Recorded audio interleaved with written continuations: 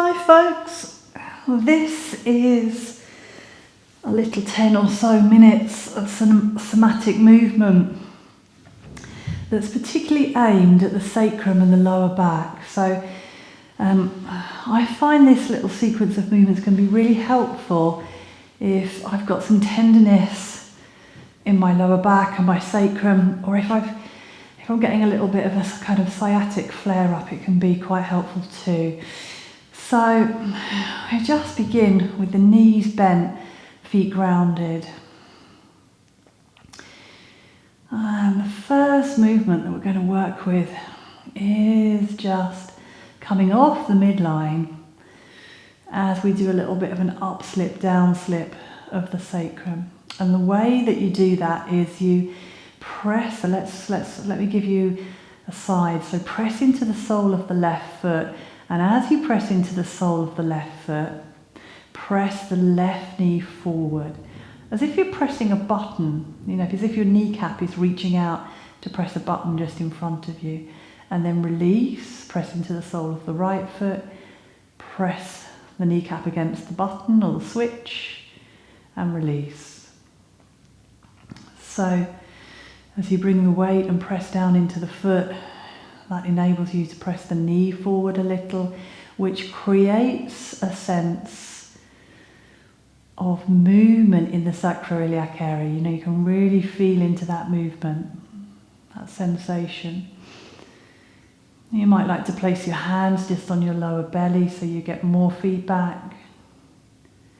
And you just notice how this feels. You might have a barrier side and you might have an easier side. Generally, the side of ease is not a place where we push into and we take it to its conclusion. We pay more attention to the barrier side. So this movement can be really useful for creating a sort of,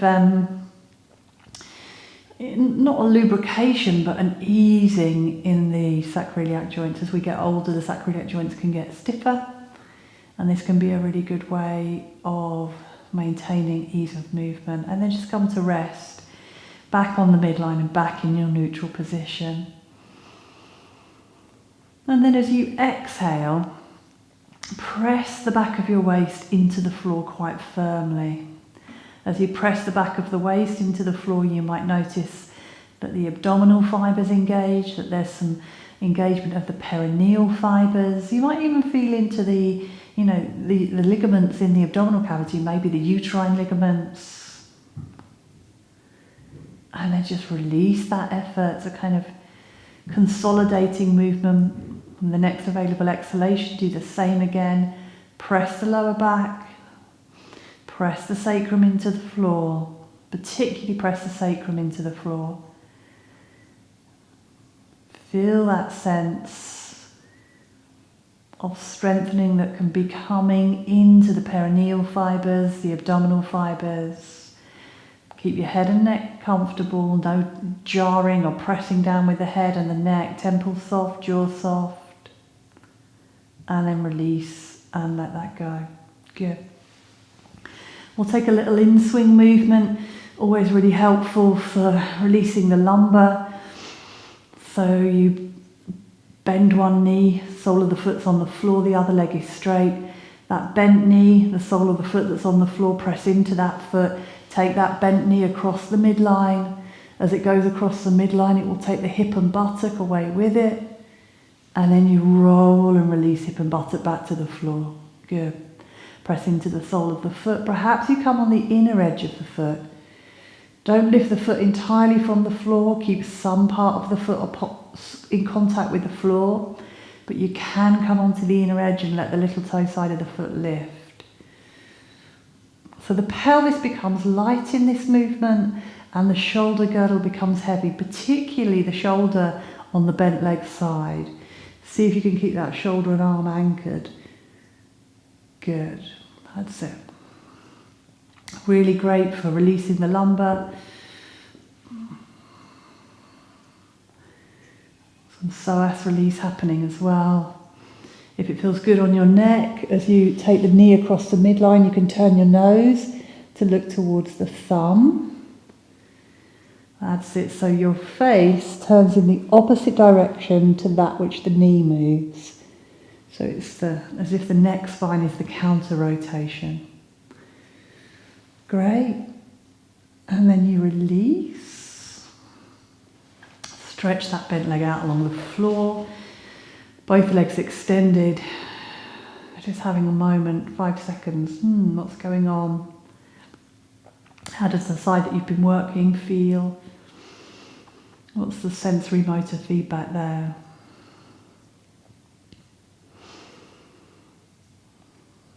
You can bend the other knee, ground the sole of that foot. When you're ready, press into the sole of the foot. Take the knee across the midline. Hip and buttock follows. Maybe the kidney goes over too. And you release. Good. Remember the gaze can turn. You can see my arm there was drifting up. Bringing my arm back to the height of my shoulder.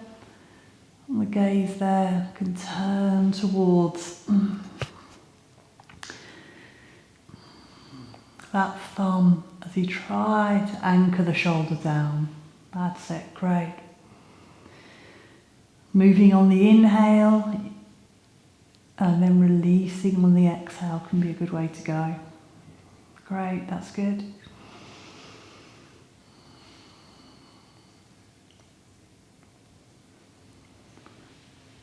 And then from there, just bend the straight leg so you have both feet on the floor. Just for the sake of the timing, let's just take a moment here with the feet grounded. Good. And then bend the elbows so that you're making a goalpost position. Knuckles are on the floor, palms are facing the ceiling. The forearms are parallel. You're going to take an inhale. As you inhale, invite the lower back to arch. Chin drops to chest. And as you exhale, curl the tailbone away from the floor. That's it. Slide on the back of the head so the neck spine shortens a little, throat opens. So as we're working for a little bit of lower back tonight in this short sequence, really have your awareness in the lower back in this movement and this undulation. You know, what part of the movement feels best for your spine, for your lower back? Is there one side of the lower back that feels more restricted than the other?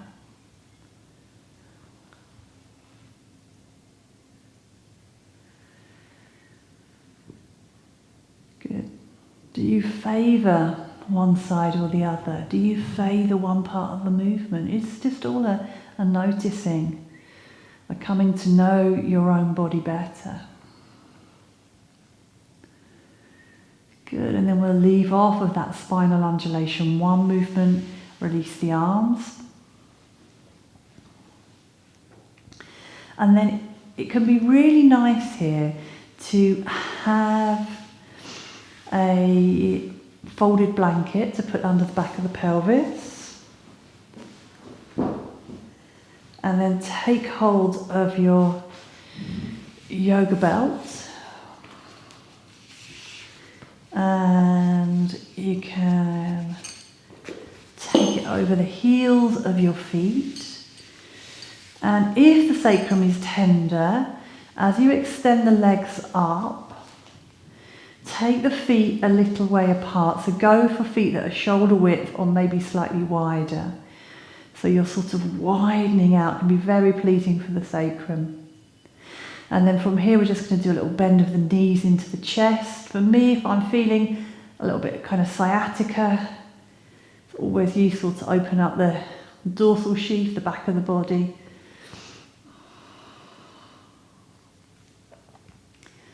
That's it. In fact, I've just realised that my blanket's a little bit low. So I'm just going to adjust the blanket. That's it. So it's, the edge of the blanket's in the small of my waist. Good. That's it. Lengthening and extending. That kind of pumping action, as if you were pumping the fluids through the backs of the legs. And then the next time you extend the legs, just stay there. Press the heels up. It's okay if there's a little bend in the knees. Press the heels away. You want to try to have the heels stacked over the sacrum, so that might mean that bent knees are required. Better to bend your knees than to have your heels, way further away from your body, because that will allocate the weight differently across the sacrum. We really want the heels over the sacrum. Press the heels up. Good. If you can, you broaden the pads of the feet, lengthen the necks of the toes. You've got that slightly wider set stance with the feet. So kind of soothing for the sacral area. That's it, good. And then from there, you can bend the knees into the chest, release the strap, pop the feet onto the floor, and just pause there with that little lift underneath the sacrum.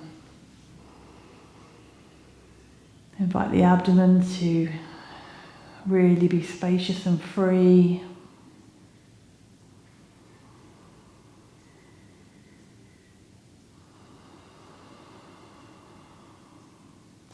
And we'll leave it there for that little sequence. You can repeat any of the movements, you can rest a while, take a short shavasana in this position. Often backs, really it can be perhaps a way of fatigue showing itself in the body, achy lower backs and sacrums, etc. So if that resonates with you, then perhaps a short shavasana would be in order. But otherwise, we'll leave it there for today. Thanks so much.